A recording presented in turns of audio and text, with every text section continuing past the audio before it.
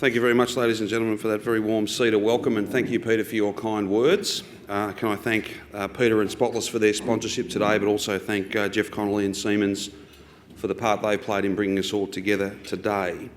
To our CEO, Melinda Slinto, thank you so much for your acknowledgement of country. Thank you so much for your leadership. CEDA has always been very important to me, both before we came to government and since. This is a great marketplace to talk about challenges, to talk about the opportunities that those challenges can become with a lot of hard work, and it has always been a frank and really important dialogue that I have enjoyed over the journey, and we will continue to engage with CEDA wherever we can to get that lived experience from businesses large and small, some self-contained if you like to Victoria, others that have got a national and international profile. I always find these lunches, these encounters, if you like, are always informative and helps us to be a better government, a government that is much more connected to those who are taking risks, making investment decisions, growing their businesses, and ultimately growing prosperity in our Victorian economy and in communities right across our state. Can I of course, add to the acknowledgement was made earlier by acknowledging the traditional owners of this land, and I pay my respects to elders past and present, and I do that with an enormous sense of pride that here in Victoria we've taken the most profound steps towards Australia's first treaty with Aboriginal people, and we think that is a point of pride not just for the government but for us as the progressive capital of our nation. Now, the best part of this is always the questions at the end, not the speech from the guest speaker. So I want to get to that fairly quickly, and I won't go through a whole long list of all the different things that we have achieved. I think each of you, as you move around the city, as you move around the state, you can see in very real terms exactly how much has been achieved in these last 5 years, how much is going on right now, and many of you will be well acquainted. It was only a year ago that we had a very significant result for us, and one that saw our positive and optimistic plan endorsed for another 4 years. I wanted to go back, if I could, not to the last time I was at a CEDA event, where I think I was full of a cold and probably made not a great deal of sense, but the last time I was here for a State of the State, it was under slightly different circumstances. We were just over 3 months out from the 2018 state election, and despite what people now write after the event, we by no means considered that to be a certain win. We knew that it would be, as all campaigns are, a tight and difficult contest, and we were fundamentally obliged to put forward a thoughtful, well-developed, properly costed, positive, optimistic agenda to keep that momentum going, to keep building, to keep investing, to keep driving big change as well. And I'll come to one of those opportunities and indeed a key obligation for us in just a moment. With that commitment, though, to a positive plan for the future, we were able to point to a very real record, a record of delivering against the policies that we had made, the promises that we had made, but also never wasting a moment. We were just discussing at our table, government is a great gift, a great privilege, and every day needs to be in the pursuit of reform and change, progress, and getting to the point where whenever that journey may end, knowing that you left the place better than you found it. That's always been our culture, a culture of urgency, where we are about making decisions and delivering, but also that listening culture as well, taking feedback, but then using that not as an excuse for inaction or as an alibi for inaction, but using the wisdom of others to help you make better decisions, to get on and get things done. Now, if I just can share with you a few thoughts on where our economy is at the moment, then I want to talk about a particular challenge, a particular priority, and then we'll move into questions.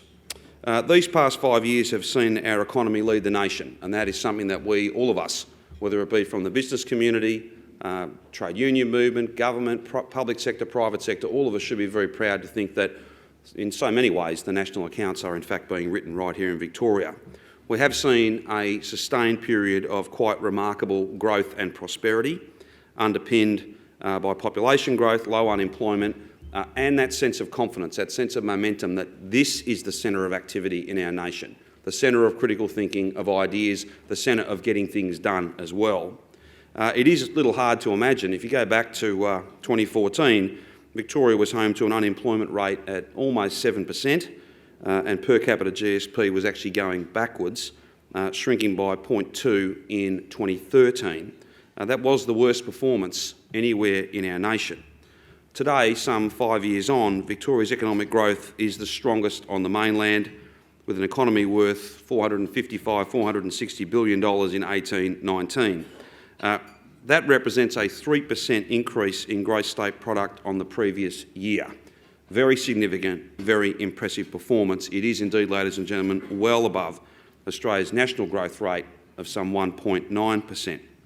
Population continues to grow, and Peter made reference to that, and I think all of us feel that in different ways, whether it be in our local community, accessing the services that we and our family need, or indeed in some of the businesses that you are engaged in.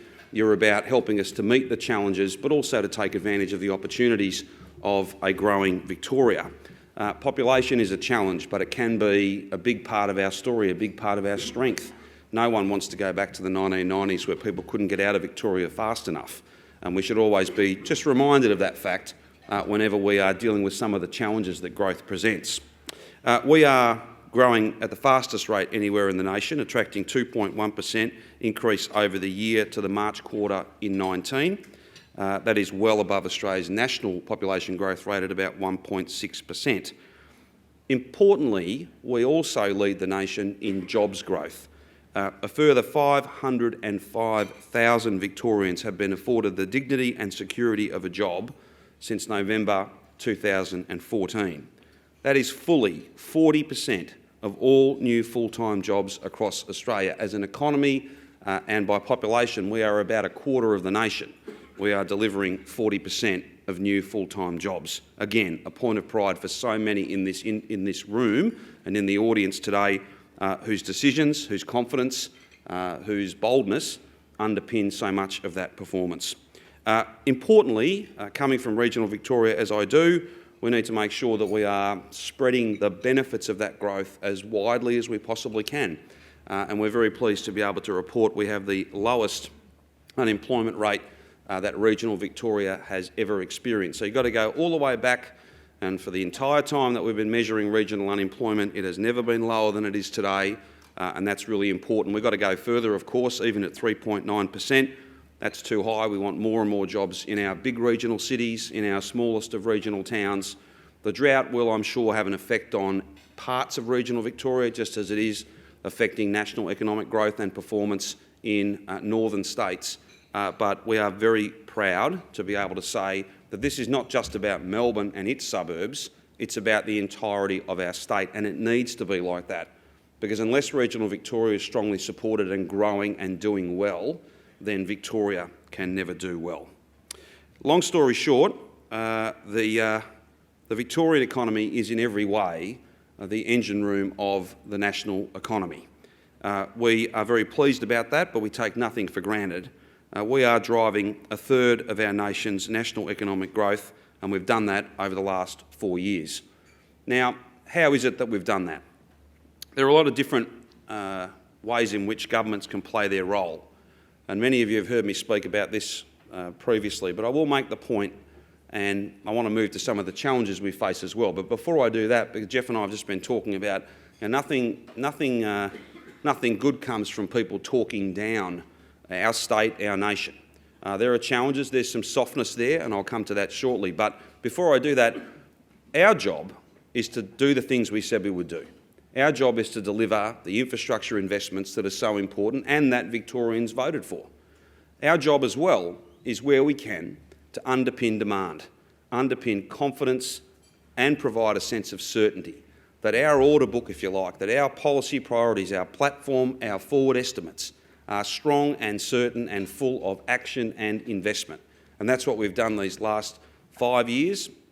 If the Treasurer was here, he'd be able to talk in glowing terms about the biggest infrastructure pipeline that our state and arguably the nation has ever seen. Removing level crossings, building the Metro Tunnel, getting on with the Westgate Tunnel, the biggest suburban road upgrade that Melbourne has ever seen, regional rail revival, upgrading every single regional passenger line, investing 1,400 school upgrade projects the length and breadth of the state, massive investments in the health infrastructure that we need, and of course, whether it be the Joan Kerner Hospital for Women and Children out in the west, the Footscray Hospital, upgrades right across metropolitan Melbourne and regional Victoria, and today, important news and important coverage, we're very pleased to say, in one of our newspapers today, about the fact that the outer west, Melton, that part of our rapidly growing western corridor, arguably the fastest growing precinct anywhere in the nation, will receive a brand new hospital.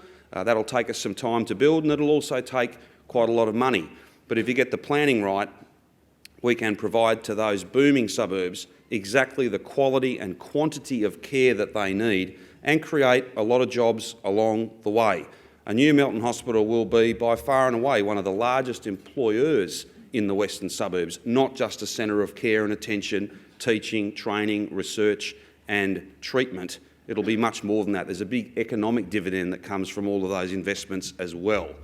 The point that I'm making is, in every part of our program, in every part of the responsibilities, the opportunity and the obligation that falls to us, we are conscious that the more we do, the easier it is for others to join us. The more we invest, the more we build, the longer and bigger the pipeline of work is, the more and more companies will be headquartered here in our state. More and more risks will be taken. More and more investments with that sense of innovation and boldness will come to our state. We know and understand that a big part of our job is to not create every job and not to create all the demand in our economy, but there are significant levers that we can pull, and I think the last 5 years have shown each and every Victorian that nothing is more important than getting things done. For a long time, not enough was done in our state, not enough was built, not enough was tackled, and we have turned that around, and that does come with some complexities, it comes with some pressure, and it comes with some challenge. But as everyone in this room knows, important work is never easy. It's always very challenging, but it is exactly what our state needs, not just for today, ladies and gentlemen, but for somebody who'll be standing on this stage in 30 or 40 years regaling you of all the things that they're doing. They'll be in a much stronger position, just as I would be if 30 or 40 years ago so many of the projects we're currently building had been built. North East Link, completing the ring road so that you can go round the city rather than being funnelled through the centre of it, is probably the prime example of that. Now, I did say I wouldn't give you a long list of all the different things that we are building. I may have strayed into that. I do apologise. I just want to make a couple of comments about our international partners. And there's a lot written, there's a lot said, and I don't for a moment suggest that China is our only international partner.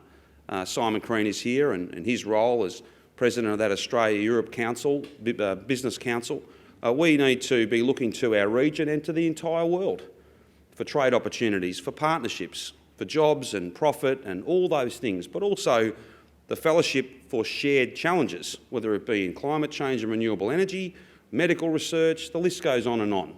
But China certainly, as our biggest two-way trading partner, is a very big part of our story today and is going to continue to be a very big part of our story into the future. We make no apology for having, I think, Australia's strongest relationship with China. Our signing up to the Belt and Road a year ago and then reconfirming only a couple of months ago the next set of details, the next set of targets, whether it be in Victorian products getting access to rapidly growing Chinese markets, underpinned by arguably the biggest middle class that human history has ever seen, all the way through to things like aged care, where we know, and they've asked us for advice and support, and that creates an opportunity for so many Victorian businesses to consult and potentially to build the sorts of services that that middle class is demanding without necessarily the skills base or the lived experience of delivering those services. There's a lot that we have to offer, there's also a lot that we have to gain. But a structured partnership, not where you agree on everything, where you have enough respect for each other to disagree sometimes, is very important for Victorian businesses, Victorian jobs, and for our future. And we will continue to visit China each and every year, and we will continue to look for every single opportunity that we can find to grow jobs and success and prosperity in our state. There's nothing to be scared of when it comes to growing jobs and growing opportunities for the Victorian economy. That's our approach. It always has been, and it always will be. Now, it's very important that I just spend a little moment talking about, I think, what is essentially one of the very biggest challenges that we face. Last week, Australia's first Royal Commission into Mental Health delivered its first report, the first of 2 reports. And what it shows, in the words of the Royal Commission, is a catastrophic failure. We had 720 people take their own life last year. That's 3 times the road toll. 10 times more than that presented to hospitals for care because of self-harm. For every person who takes their own life, for every person who tragically their life is ended through suicide, there are 125, 135 other people who are impacted directly and indirectly because of that tragedy. We are currently investing enormous amounts of money, not so much in a system, but in a series of disparate services.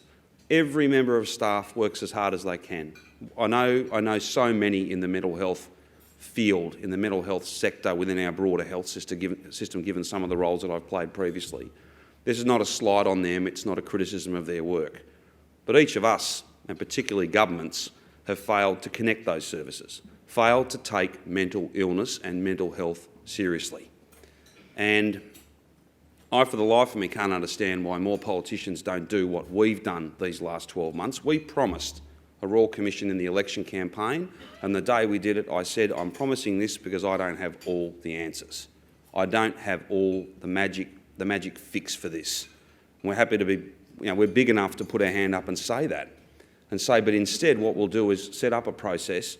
We already knew there was a problem. This is not a diagnostic exercise. This is about what treatment, what can be curative, what can make the system better, and in fact build a system. And I'm very grateful to Penny Armitage and her team. 9 recommendations in the first report. We, at the time of announcement more than a year ago now, committed that we would implement each and every one of the recommendations that came forward. And some looked a bit sort of sideways at us when we said that. But if you're going to go and ask this group of eminent Australians to do that work, then you need to give them the confidence that if they recommend big, bold change, we will leave the politics and the ideology and the popularism at the door, and we will get this done. I said to the media last week in a fairly lengthy doorstop post the release of the first report, I've been doing this for a long time, but arguably this will be the most important work that I and my team has ever done. It'll take time, it will be challenging, it will be very, very expensive. And to that end, the Royal Commission has recommended that there be a dedicated source of revenue, a levy, a charge, something of that nature. They haven't prescribed exactly what that should be. They've said to us, you go away and do the work, please come back to us so we can ensure you're being faithful to the sort of recommendation we've made, and that's why I've announced that senior ministers will spend the summer doing that important work. I don't for a moment pretend that a new tax or a charge or a levy will be popular. I don't pretend that at all. And if that was all that guided you, you wouldn't do it. But that is not what guides us in this work. Changing lives and saving lives and dealing with the $14.2 billion annual cost to Victoria of a broken mental health system, billions in lost productivity, billions in foregone wages. The time has come for us to do much more, much better, and to take mental health seriously. And if you are prepared to walk with us on this journey, then we, all of us as Victorians, will be able to proudly say that this mission, this work, is a stunning example of Victoria at its best, leading Australia in tackling the big issues, the critical thinking, the bold politics and policy that is so very real and so very human. We talk a lot about numbers in this issue, but every one of us here has a story or multiple stories about your own experience, a loved one, a friend, a family member, a colleague, a teammate. Everyone in this room has an interest in us getting this right. And in advance of, I'm sure, many more opportunities to talk to many of you and through CEDA to further talk about these issues and the reform we need to make, I thank you very much.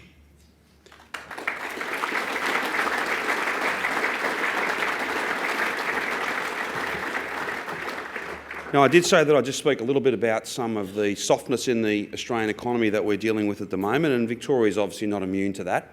I've had some conversations with the Commonwealth Government, and I want to, off the bat, make it really clear to you that I've got a very good working relationship with the PM. Scott Morrison won the election fair and square, and he, like me, I think has a healthy appreciation that what Australians want, just like Victorians, is a government that's got a plan and a government that wastes no time getting on and getting things done. And there are lots of examples. Some are well known, some I'm not quite able to share with you yet, but there are lots of different ways in which we're working together to get the job done. Part of that is having a pretty frank relationship, and where you need to call things out, you do. We've got a slightly different view on the nature of stimulus and whether it's needed in our Australian economy. I'm very grateful, I want to say, for the capital bring forward that was announced just a couple of weeks ago.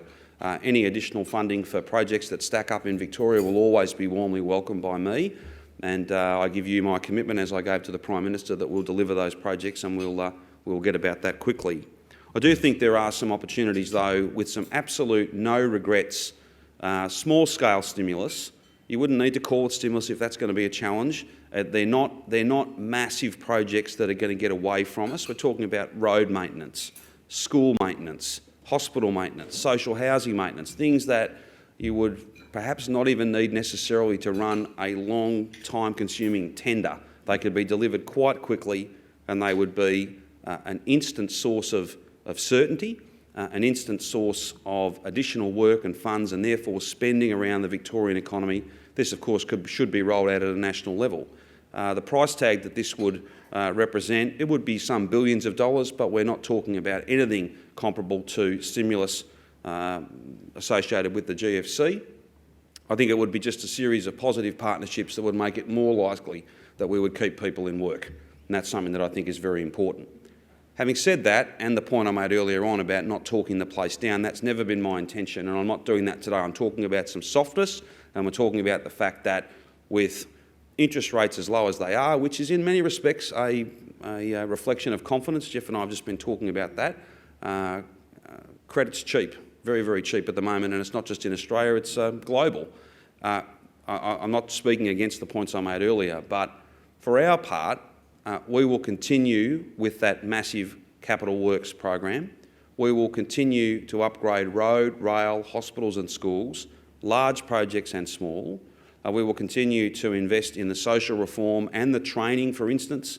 I could literally have given my entire speech today about what we've done in TAFE and vocational education and training to link up the needs of industry, as diverse as that term is, with the sort of competencies and capabilities that graduates, trainees, cadets, whatever term we want to use in whatever industry, we want those to be closely aligned, and that's where free TAFE comes from, not just a list that we wished up. It's a list that comes from the Skills Commissioner in close consultation with industries right across our state. There's lots of things we can do, and I give you my commitment and I assure you that the work we've done to this point to underpin demand, that won't be changing. We will be continuing to push on and push through, push forward with a big agenda, because those projects are worthy in and of themselves, but if done right, if done the Labor way, they embed skills and they are absolutely parochial in terms of local content, and they underpin demand and confidence for the future. That pipeline of work with a softening economy has never been more important, and despite some of the revenue challenges we face, the Treasurer, myself, Jacinta Allen as the Infrastructure Minister and the whole team, we will continue as we have started. We are all here to get things done, and I'm pleased to be able to report to you that the state of Victoria is getting more done than it ever has. Thank you very much.